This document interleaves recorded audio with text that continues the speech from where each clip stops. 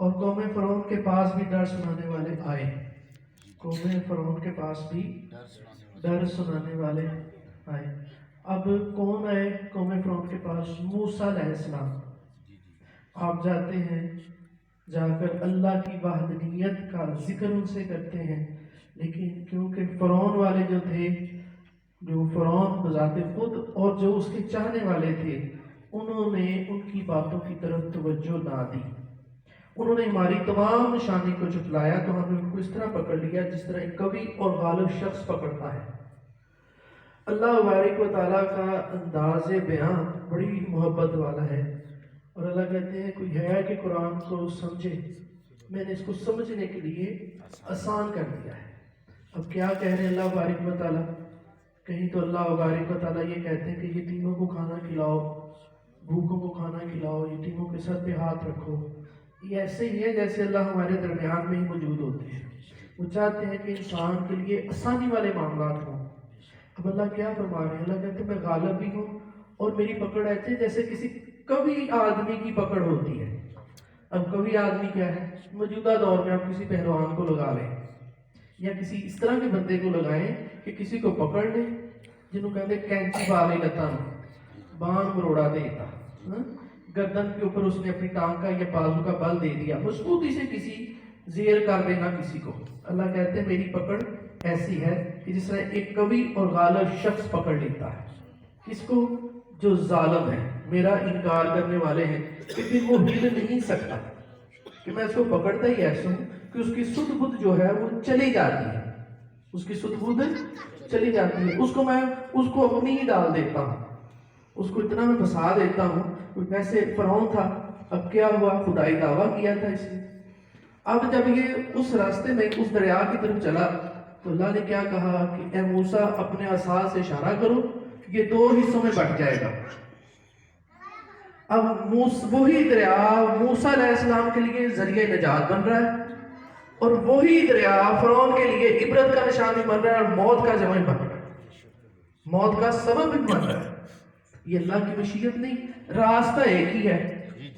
ایک کو گمراہی کی طرف لے گیا، اس کو پھنسانے کی طرف لے گیا، اور ایک کو راہ نجات کی طرف کر دیا۔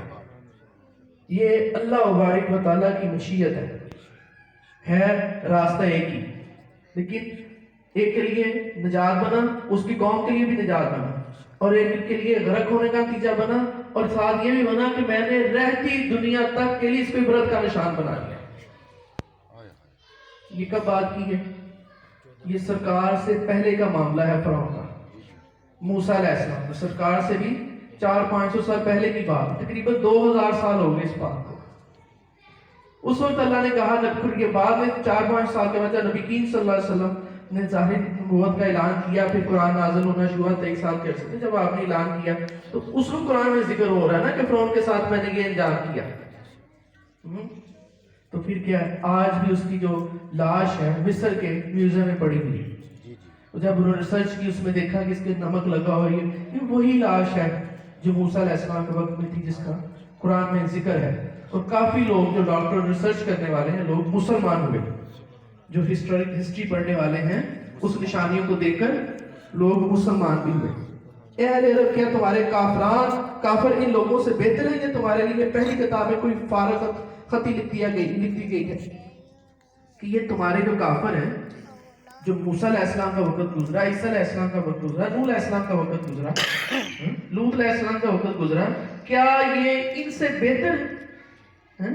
وہ تو قومیں ایسی تھی، ان کے پاس یہ معاملات تھے، تم قوم ایسی ہو، تم کفر کرنے والی ہو، وہ تو کفر میں پڑے ہوئے تھے، کوئی خدائی دعویٰ کرنے والا، کوئی دعویٰ کرنے والا ہے، تم جو ہو اس طرح کے نہ ہونے کے باوجود بھی تم میرے محبوب کے ساتھ آگے شرک کرنے والوں میں شامل ہو رہے۔ کیا تمہارے پاس اس کی کچھ سند ہے کہ تم جو کہہ رہے ہو؟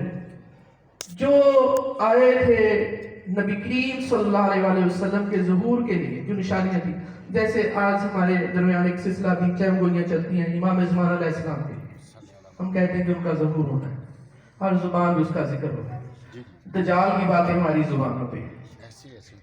اسی طرح نبی کریم صلی اللہ علیہ وسلم نے جب ظاہر طور پر دنیا میں تشریف لے کر آنا تھا تو اس وقت کے دور میں یہ باتیں شروع ہو چکی تھی۔ جیسے سرکار کے 1000 تشریف لانے 1000 سال پہلے ایک بادشاہ گزرتا ہے مدینے کے پاس سے، اس نے وہ خط لکھا کہ میں ایمان لے کر آتا ہوں آخری نبی کے اوپر جو یہاں پر آ کر قیام پذیر ہوں گے، اور میں خط لکھتا ہوں کہ میں ان پہ ایمان لے کر آتا ہوں، تو میں یہاں پر گھر بھی بنا رہا ہوں، تو میری یہ ہے کہ میں یہاں پر یہ خط دیتا جاؤں گا، جب آپ تشریف لے کر آئیں تو یہ خط ان کو پہنچا دیں۔ وہ کن کے پاس تھا؟ حضرت ایوب انصاری کے پاس۔ محبت والی بات ہے۔ اب چاہیے تو یہ تھا کہ نبی کریم صلی اللہ علیہ وسلم خود جاتے ایوب انصاری کے گھر میں، جا کر کہتے کہ ہمارا خط تمہارے پاس ہو دو، لیکن کیا کیا آپ سرکار نے؟ اب جو وہاں کے لوگ تھے مدینے والے کہہ رہے ہیں ہماری طرف ٹھہرے، ہماری طرف ٹھہرے۔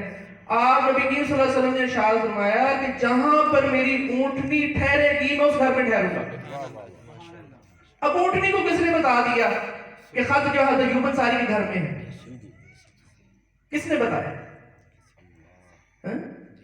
جیسے وہ ابرہا گیا نا مکے کی طرف حملہ کرنے کے والے کے لیے، تو ہاتھی آگے نہیں بڑھا، محمود غالب اس ہاتھی کا نام تھا، وہ آگے نہیں بڑھ رہا، اس کے اوپر وہ سوئے لگا رہے ہیں، زور لگا رہے ہیں، ہاتھی آگے نہیں بڑھ رہا۔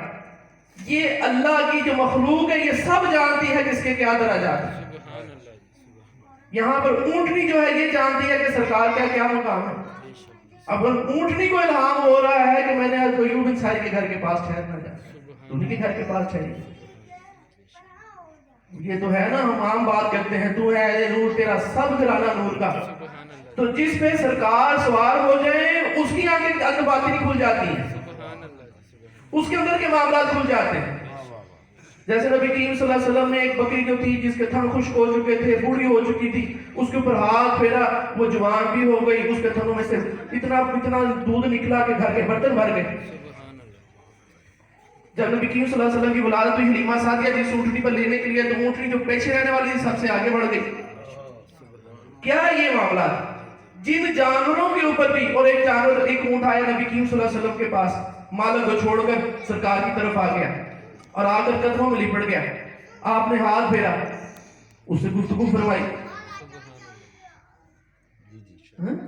کیا تھا؟ مالک سے کہا کہ تم اسے کام زیادہ لیتے ہو، اس کو بھوکا زیادہ رکھتے ہو، تم مشقت زیادہ لیتے ہو۔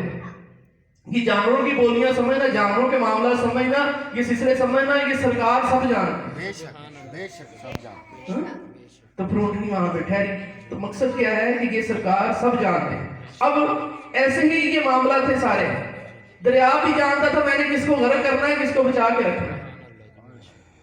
اب باتیں کریں تو ماشاءاللہ اب سب سارے فہم ہو چکے ہیں، پانی کے اوپر حضرت علیہ السلام کی حکومت۔ تو یہ معاملہ جو ہے افراد برا ہے۔ اب یہ تھا کہ بھئی ہم بخشے جائیں گے، ہم ایسے کرنے والے ہیں۔ اللہ کہتے ہیں تم ایسے نہیں بخشے جاؤ گے، بخشا وہی جائے گا جو میرا نبی آیا اس کے اوپر ایمان لے کر آنے والا ہو، اس کو صدق کے دل سے ماننے والا ہو، کیونکہ نبی کریم صلی اللہ علیہ وسلم خاتم النبیین ہے۔ اب جو امت انتظار میں تھی، پتا تھا کہ نبی کریم صلی اللہ علیہ وسلم تشریف لے کر آگے ہیں، تو ان لوگوں کا کام تھا کہ اس کے اوپر ایمان لے کر آتے۔ جیسے ہماری زندگی میں ہو سکتا ہے امام زمان علیہ السلام تشریف لے کر آ جائیں، لیکن جو حالات و واقعہ چل رہے ہیں میں بھی آپ ہی جائیں تو 500 سال گزر جائیں گے، 200 سال گزریں گے، 100 سال گزریں گے، 50 سال گزریں گے، ہماری آنے والی نسلیں یہ معاملات دیکھیں۔ لیکن اب تو اس فکر شروع تو ہو چکا ہے نا، چل تو پڑے ہیں۔ اب جو وہ آ جائیں، آ کر کہیں کہ نمازیں ایسے پڑھنی ہے، قرآن ایسے پڑھنا ہے، ہدایت ایسے دینی ہے، معاملات ایسے کرنے ہیں، یہ معاملات تم نے خود ڈال لیے، شرک کر لیا، یہ معاملات کر لیے، اس وقت کے لوگ کہیں یہ کیسے آ گئے ہمارے پاس؟